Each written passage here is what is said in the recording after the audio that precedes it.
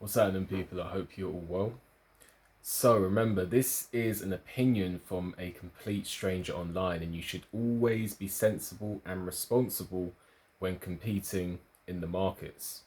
So on the 31st of March, Fabio Wardley and Frazer Clarke are going to be squaring off. And I believe the British title is on the line here. Let me just double check that just to be certain.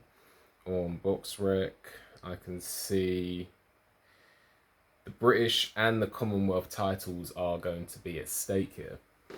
So, two unbeaten heavyweights, two unbeaten British heavyweights. This is going to be a fascinating fight. And the reason this is going to be a fascinating fight is because when you look at it, you look at Frazer Clarke and you think to yourself, Olympic pedigree, extensive amateur career, and he has some attributes there, and he's not done anything wrong as a pro so far. So you're thinking to yourself, this should be a mismatch, really. On paper, this should be a mismatch when you look at the disparity in experience between Fabio Wardley and Frazer Clarke.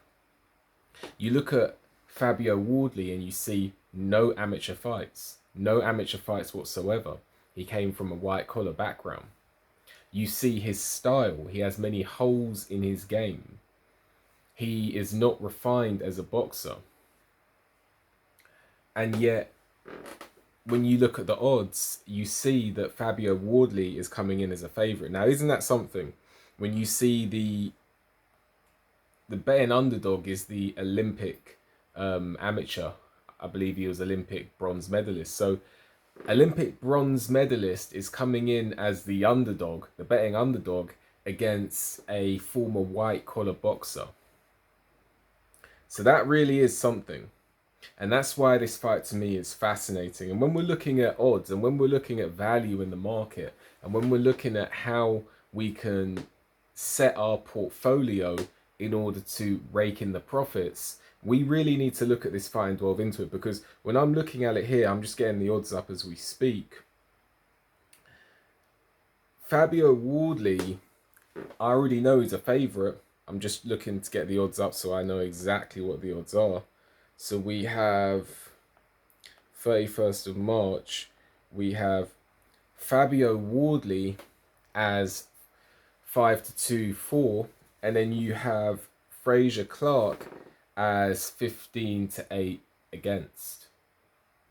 So Fabio Wardley is a slight favourite going into this fight, despite being the former white collar boxer and hardly any white collar fights at that. And then on the other hand, you have a former Olympian with an extensive amateur background who is coming in as the betting underdog. Now, is this justified? Because when we're looking at the professional careers of both, I'm looking at the professional careers of both in this fight, and I'm seeing Fabio Wardley has a bit of a Cinderella story. Fabio Wardley is doing what he shouldn't be able to do. Fabio Wardley has fought fighters that he has no right to beat. So when I'm looking at Fabio Wardley's record, I see wins against Nathan Gorman. Nathan Gorman was a good amateur, people. Nathan Gorman was a good amateur. Fabio Wardley had no right to win that fight and was getting schooled in that fight until he pulled it out of the bag. Fabio Wardley came up against David Adelaide. David Adelaide happens to be someone who trained at my former boxing gym. I've met David Adelaide before, nice guy. And David Adelaide on paper should have won against Fabio Wardley, but Fabio Wardley beat David Adelaide. Fabio Wardley beat Michael Polite Coffee. Michael Polite Coffee beat an accomplished amateur when he was coming in as the underdog. I forget his name now, his name escapes me. Michael Polite Coffee came in as an underdog against, let me see the guy's name, because he was supposed to lose, Darmani Rock. Darmani Rock had a good amateur career. Michael Polite Coffee went in there and beat him as an underdog. But Michael Polite Coffee could not beat Fabio Wardley, albeit it was a contentious stoppage. So Fabio Wardley, in a nutshell, is doing things that, Simon Vallily, decent amateur, you know, Fabio Wardley is doing things that he should not be doing. He really is. And he deserves credit for that because he beat Nick Webb in 1 round. Now, you really need to look at the tape here and say Fabio Wardley seems to be pulling it out the bag with a crude, at times rough, rugged style. He is beating fighters who are way more accomplished, way more skilled than him, and he deserves credit for that. Now, when you look at the other side of the play, and you see Frazer Clarke, and you're looking at a fighter in Frazer Clarke who has that extensive amateur pedigree. Frazer Clarke has consistently beaten Guardia Vianello. Frazer Clarke beat Eric Pfeiffer in the amateurs. Frazer Clarke, I believe he beat Jalilov once. So this guy, I'm getting up his box rec up now, Frazer Clarke. Frazer Clarke has an extensive amateur career. And even though he lost, he fought Joseph Parker in the amateurs. He fought Joe Joyce in the amateurs in a barn burner. That was a really entertaining bout for those who haven't seen him. So Frazer, and as a pro, although he hasn't set the world alight, you can see the amateur pedigree. You can see the schooling. Frazer Clarke is a solid boxer with a solid amateur career. He gave Jalilov a count, I believe, in his amateur bout with Jalilov in the Olympics. So Frazer Clarke, coming in as a pro 8-0 with a solid amateur background, is solid. He's solid. I would say he's no special effects, but I would say he is solid. But when we're looking at the fight here, when we're looking at the tail of the tape, and when we're really delving into this, we need to analyze why Wardley is the favorite here. Why is Wardley the favorite? Well, as an amateur, although he was very good, Frazer Clarke, he stayed in the amateurs a long time, and perhaps his best years were as an amateur. That is a discussion that we will find out. That is a debate that we will find out in due course. But the other thing is, he was a good amateur, but he wasn't an amazing amateur. He didn't medal as a gold medalist in the Olympics. He was a good amateur, but he wasn't an amazing amateur. When he fought the top competition, it really sticks out to me when I look at his record. A lot of the time he lost. And as a pro, he hasn't set the world alight. He's looked very pedestrian at times. And I believe that, he's very workmanlike with his work, Frazer Clarke. Whereas Fabio Wardley, he seems to have a bit of an it factor, and you cannot train someone to have an it factor. You either have it or you don't. But when I'm looking at, but the main point of this video isn't to tell the stories of both fighters. The main point of this video is to look at where can we find value.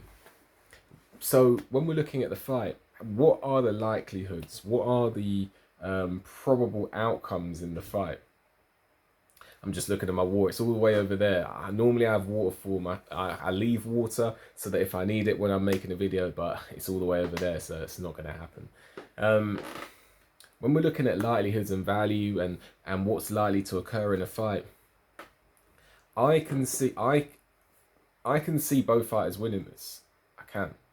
Because I think that Fabio Wardley, at some time, the wheels are going to fall off. That lack of amateur pedigree, that lack of schooling in his style, you could only compensate for it and learn on the job so much. He didn't have the nurturing phases that Frazer Clarke had, that Anthony Joshua had, that even Deontay Wilder had, that Joseph Parker had, and at some point the wheels are going to fall off. He's going to come against someone who may even be unspectacular to watch, who may not be setting the world light, but just has that amateur pedigree, that schooling, that nurturing, has been boxing since they were 5 years old, and he's going to come up against someone as a favourite, as a betting favourite, and at some point he's going to lose, and he may even lose badly. I'm talking first round KO or something like that. That's my opinion. So I'm looking at Fabio Wardley and I'm thinking he has that it factor, but he has a lack of schooling.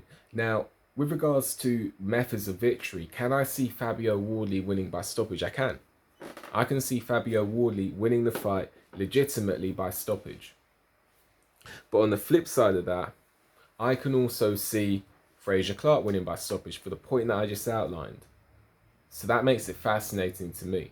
However, can I see Fabio Wardley? I can see both fighters winning by stoppage. Fabio Wardley, because there's so many holes in his game. I can see him getting knocked out. I can see Frazer Clarke getting stopped because Fabio Wardley seems to have this knack of pulling it out the bag, and he looks like he hits hard. His power's for real. I wasn't sure before, but his power seems to be for real. Now, I cannot envisage Fabio Wardley winning on points. I can't see it. I can't see Fabio Wardley winning the fight on points. He just doesn't have the schooling. So if anyone's winning this fight on points for me, it's going to be Frazer Clarke. So the way I see it,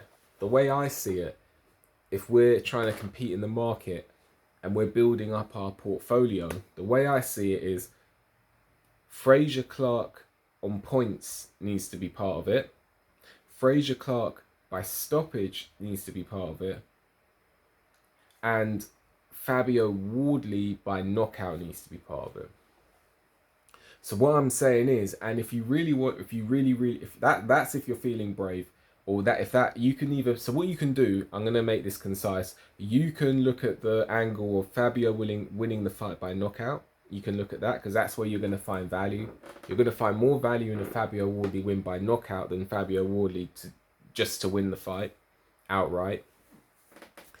And you can hedge the play with Frazer Clarke to win the fight. Just win the fight. Frazer Clarke has two ways of winning this fight. He can win it on points and he can win it by stoppage. So if you want to concise that and minimize your risk, you minimize the risk by bringing both of those outcomes together and betting for Frazer Clarke to just win the fight outright. Frazer Clarke to win the fight. And then you can hedge the play with Fabio Wardley by stoppage, because I don't believe that Fabio Wardley is going to win the fight on points. That's my opinion. Fabio Wardley doesn't have the experience, he doesn't have the nurturing, the amateur schooling, the technique, in my opinion, to outbox an Olympic medalist for 12 rounds. I can't see it. I can see Fabio Wardley knocking Frazer Clarke out, but I cannot see Fabio Wardley outboxing Frazer Clarke for 12 rounds. I just can't see it, people. So what I'm saying and what I'm suggesting is, with your portfolio, you have Frazer Clarke outright to win the fight, hedged with Fabio Wardley by knockout. What do you think, people? Let me know. Like the video, subscribe to the channel, leave a comment, hit the notification bell so you get a notification when I make a new video, and I'll see you on the next video.